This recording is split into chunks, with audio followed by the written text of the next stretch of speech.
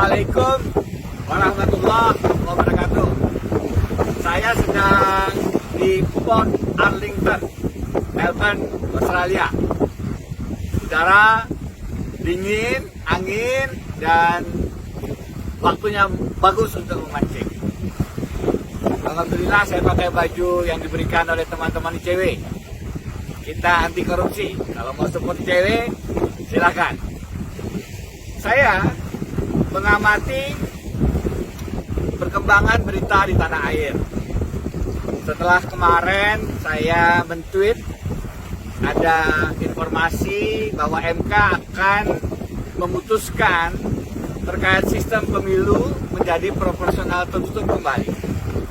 Dan informasi itu direspon oleh berbagai kalangan, termasuk oleh Presiden ke-6 Republik Indonesia, Bapak Susilo Bambang Yudhoyono.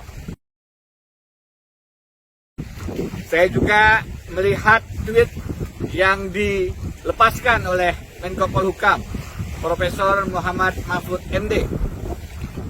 Setelah saya timbang-timbang, informasi bahwa MK akan mengembalikan sistem pemilu legislatif menjadi proporsional tertutup lagi harus diketahui publik. Inilah bentuk transparansi. Inilah bentuk advokasi publik pengawalan terhadap putusan Mahkamah Konstitusi. Kita paham sekarang di tanah air, jika tidak menjadi perhatian publik, maka keadilan sulit untuk hadir. No viral, no justice. Maka kita perlu melakukan langkah-langkah pengawalan dengan mengungkapkan ini ke sosial media.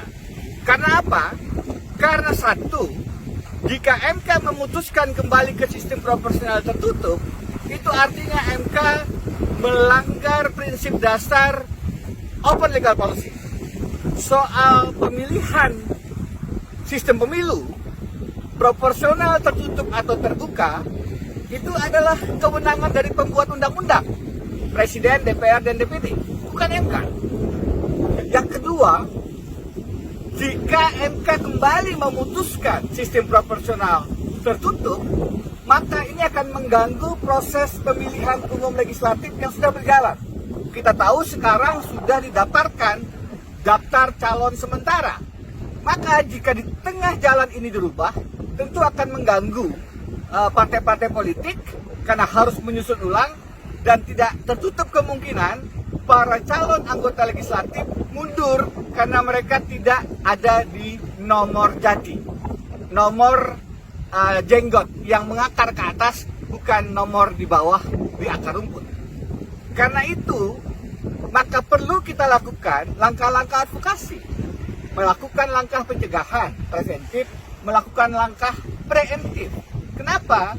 Karena saya khawatir Mahkamah Konstitusi punya kecenderungan sekarang dijadikan alat untuk strategi pemenangan pemilu.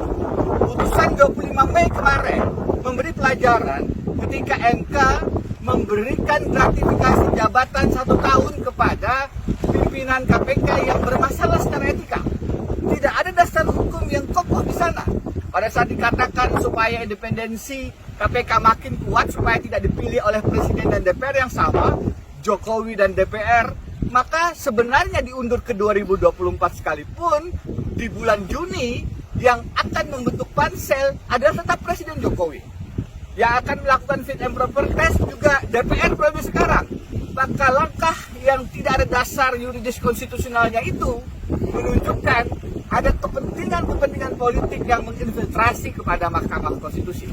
Karena itu kita harus membantu menyelamatkan MK dengan mengingatkan jangan masuk ke wilayah sistem pemilu yang merupakan open legal policy, yang merupakan kewenangan Presiden, DPR, dan DPD dalam proses legislasi parlemen. Dalam tweet saya juga mengangkat isu jangan sampai Mahkamah Agung setelah KPK dijadikan alat untuk merangkul kawan koalisi dan memukul lawan oposisi, setelah Mahkamah Konstitusi bisa dikondisikan untuk juga strategi pemenangan pemilihan presiden, maka jangan sampai Mahkamah Agung pun kemudian dijadikan alat melalui kasusnya peninjauan kembali Kepala Staf Presiden Muldoko yang dalam bahasa Romahur Muzi, Romi P3, mencopet Partai Demokrat. Tidak ada dasar sama sekali bagi KSP, Kepala Staf Presiden Muldoko, orang istana, staf Presiden Jokowi, melakukan langkah-langkah bahasa Romi pencopetan Partai Demokrat.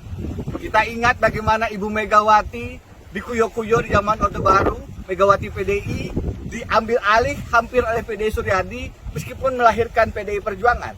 Jangan sampai rezim ini tidak belajar pada sejarah.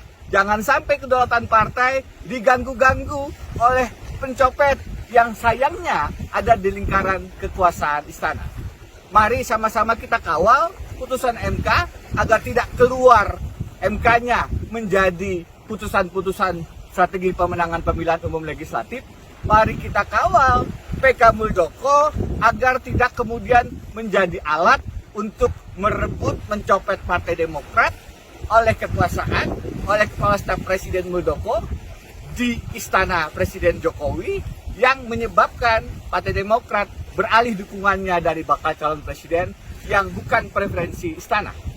Mari kita selamatkan demokrasi. Dari Port Ellington, Melbourne, kita suarakan keadilan bagi Indonesia. Saya Deddy Indrayana. Assalamualaikum warahmatullahi wabarakatuh.